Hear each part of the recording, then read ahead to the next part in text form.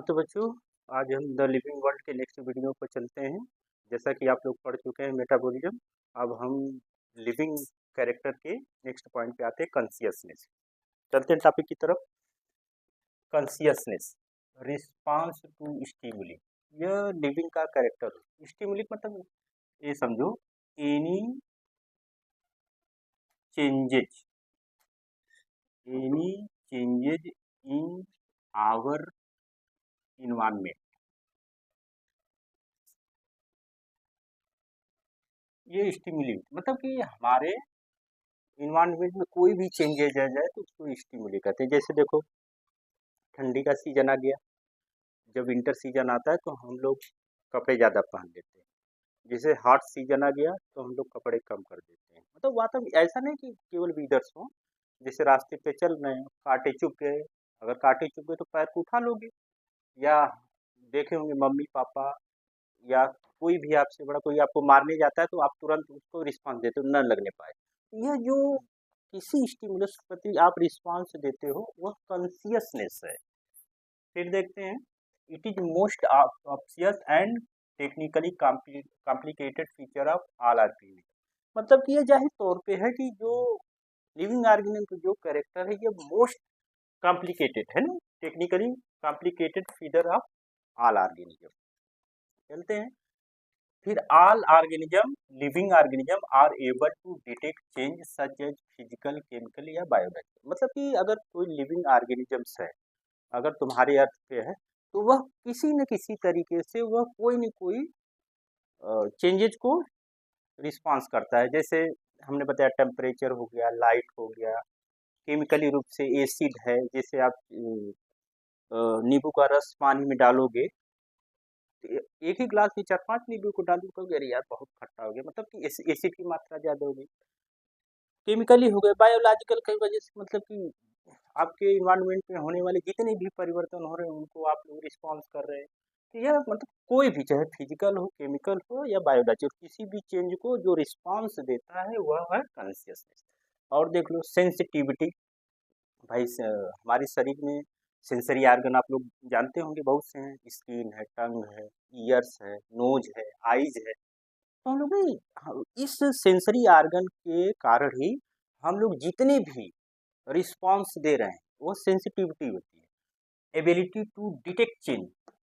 जैसे इस समय हॉट हॉट सीजन चल रहा है, तो इस समय देखोगे कि हम लोग कुछ न कुछ उसके प्रति, जहाँ पे एयर कोल्ड हो या हवाएं चलती वहाँ पे जाते हैं। तो कह रहा है कि एबिलिटी टू डिटेक्ट चेंज, कोई भी चेंज हो, जरूरी नहीं मैं इधर का बोला, in the environment and give response toward it's according. जैसे आप लोग देखे होंगे कि जहाँ पे जानते हो घना अंधेरा हो, बहुत सारे पौधे हों, जंगल हो, तो क्या आप लोग जाना चाहोगे उस जगह पे?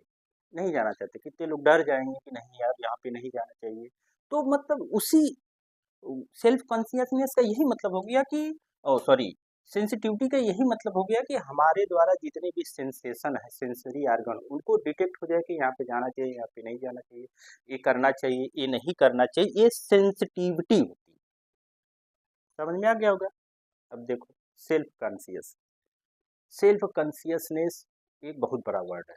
कहने का मतलब, सेल्फ कॉन्शियसनेस जो होता है केवल ह्यूमन में होता है, सभी सभी में नहीं होता है। जैसे ऐसे समझो कि इस समय यूट्यूब पर देखेंगे कि एक कांच लगा होता है, कांच लगा होता है, एक डॉग आता है, उसको देखकर उसके ऊपर बार्किंग करने लगता, मतलब भौंकने लगता है। तो उसको ये नहीं मालूम कि ये मेरा इमेज है, मुझे इसको नहीं ऐसा करना चाहिए।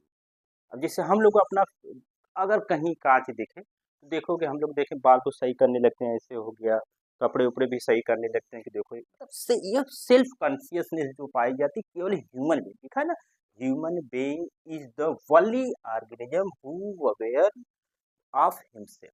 तो यह जो सेल्फ कॉन्शियसनेस है, अगर ये तो ऑल ऑर्गेनिज्म ठीक है, कॉन्शियसनेस ऑल ऑर्गेनिज्म ठीक है, सही बोलोगे, लेकिन जो सेल्फ कॉन्शियसनेस होता है वह केवल और केवल ह्यूमन में पाया गया। जैसे देखो, आप लोग देख रहे होंगे इस समय यूट्यूब पे एक रील है कि भैंस को बहुत बढ़िया से नहलाया धुलाया जाता है, फिर उसको ब्लेड से खूब उसके बाल को साफ किया जाता है, और उसके जो हार्न है, हार्न को ब्लैक किया जाता है उसको अच्छे, लेकिन वह खुद नहीं करती, उसको ये नहीं चाहता मैं कि मैं अच्छा ही दिखूं। यह तुम वह खुद ऐसा नहीं कुछ पाया जाता, जो खुद की होती वह ह्यूमन में पाई जाती। तो ये बोल रहा है कि human being is the only organism who aware the himself. समझ में आ गया होगा। अब देखो इसको समझो, photo period effect reproduction in seasonal breeding both plant and animal. अब जैसे देखो रिस्पांस का देखो, डॉग्स होते हैं जो डक्स होते हैं तो देखोगे उनके जो बच्चे होते हैं नियर अबाउट ब्रीडिंग विंटर के ही सीजन में हम लोग देखें कि विंटर के सीजन में ही डक्स के बच्चे निकलते हैं। ऐसे समझ लो जैसे वीट मतलब गेहूं का पौधा देख लो, गेहूं का पौधा ऐसा क्यों नहीं होता कि अ, बरसात के मौसम में उगाया जाए, ऐसा क्यों नहीं, नहीं ऐसा इसलिए नहीं होता कि यह जो प्लांट है इसको अपना डेवलपमेंट करने के लिए थोड़ा सा कोल्ड वेदर चाहिए, फिर इसको एडल्ट होने के लिए हॉट वेदर। तो देखा होगा कि हम लोग नवंबर दिसंबर के महीने में गेहूं को उगाया जाता है, फिर वह नियर अबाउट मार्च अप्रैल तक उसको काटा जाता है। यह एक पीरियड होता है। तो एनिमल का तो समझ में आ गया, जैसे डॉग्स हो गए, अन्य बहुत से, और फिशेज वगैरह का देखोगे तो ब्रीडिंग सीजन नियर अबाउट इसमें चलता है, बरसात के समय चलता है। तो एनिमल भी सीजनल ब्रीडिंग दिखाते हैं और प्लांट भी दिखाते हैं। तो कहने का मतलब यह है कि वो photo period effect reproduction in seasonal breeders both plant and animal, मतलब यह भी कॉन्शियसनेस का एक हिस्सा है। अब देखो आगे इस बात को थोड़ा सा आप लोग, जैसे हम आप लोगों को ये बात बताए थे कि मेटाबॉलिज्म डिफाइंड लिविंग कैरेक्टर्स, ठीक उसी प्रकार consciousness therefore become the defining property of living organism, मतलब इसमें भी एक्सेप्शन नहीं। जैसे हमने बता दिया था ना पहले कि ग्रोथ में मतलब ग्रोथ में increase in size, increase in body mass, ये क्या है, यह ग्रोथ को दिखाता है। तो ग्रोथ, तो ऐसा नहीं कि इसका ये कह दिए कि हाँ ग्रोथ एक कैरेक्टर है लिविंग आदमी। तो मैं इसका एक्सेप्शन भी था कि जैसे हमने माउंटेन बोला था, पानी में वुड से या लकड़ी वगैरह डाल देने के बाद अपनी साइज बढ़ा लेना, एक्सेप्शन। बट मेटाबॉलिज्म के जैसा सेम ये भी है consciousness therefore become the defining property of living organism, मतलब ये इसको भी एक्सेप्शन में न लेकर हम लोग मानेंगे विदाउट एक्सेप्शन लिविंग ऑर्गेनिज्म। अब देखो थोड़ा सा लिविंग ऑर्गेनिज्म को कैरेक्टर में आज आगे इसको हम पढ़ाएंगे नहीं, लेकिन समझते रहो कि ये है। अब हम बहुत ज़्यादा इसका लिविंग ऑर्गेनिज्म इंक्लूड देते देते ज़्यादा टाइम हो गया, तो हम लोग टॉपिक की तरफ जाएंगे जिसे ऐसे है सेल्फ रिप्लिकेटिंग। सेल्फ रिप्लिकेटिंग बहुत अच्छा आपको जेनेटिक इंजीनियरिंग बहुत बढ़िया समझाया जाएगा। जेनेटिक जब हम लोग पढ़ेंगे तो उसमें सेल्फ रिप्लिकेटिंग का, सेल्फ एडाप्टेशन में जाएंगे तब उसमें देखेंगे सेल्फ रेगुलेटिंग क्या है। सेल्फ रेगुलेटिंग समझ रहे हो, थोड़ा सा एक ऐसे समझ लो कि जैसे आपके माइंड में एक क्वेश्चन हो सकता है कि सर जो पर्सन अगर कोमा में चला जाए तो हम लोग पिंच करें, आवाज़ दें, टेम्परेचर कम हो रहा है, ज़्यादा हो रहा है, इन्वायरमेंट में चेंज हो रहा है, कोई रिस्पॉन्स नहीं दे रहा, तो हम क्यों ना उसको ना कॉन्शियसनेस न मान, कॉन्शियसलेस हो जाएगा। बट बेटा समझो कॉमन होता क्या है कि ब्रेन डेड हो जाता है। जब ब्रेन डेड डेड हो जाता है तो सेंसरी, मतलब ब्रेन का सबसे बड़ा मालिक जब नर्वस सिस्टम बताएंगे तब उसमें अच्छे से बताएंगे कि मालिक वही होता है। उसमें क्या होता है कि रिस्पॉन्स देने को नर्वस सिस्टम नहीं दे पाता, लेकिन हाँ ऐसे समझो, लंग्स से समझो, लंग्स, लीवर, हार्ट, ये सब तो वर्किंग करते हैं। तो मतलब जरूरी नहीं कि इसको हम मान लें कि मतलब एक्सेप्शन एक्सेप्शन नहीं मांगेंगे, वो कोमा अलग सिस्टम, ये अलग है।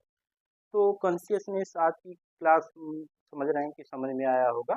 और नेक्स्ट क्लास में अब हम लोग मेन टॉपिक की तरफ चलेंगे। ये सब जो है इंट्रोडक्शन में चल रहा था कि मतलब लिविंग ऑर्गेनिज्म का कैरेक्टर क्या है, बताए थे ग्रोथ है, रिप्रोडक्शन है, मेटाबॉलिज्म है, कॉन्शियसनेस है, सेल्फ रेगुलेटिंग है, सेल्फ रिप्लिकेटिंग है, ये सब मतलब लिविंग का एक कैरेक्टर होता है।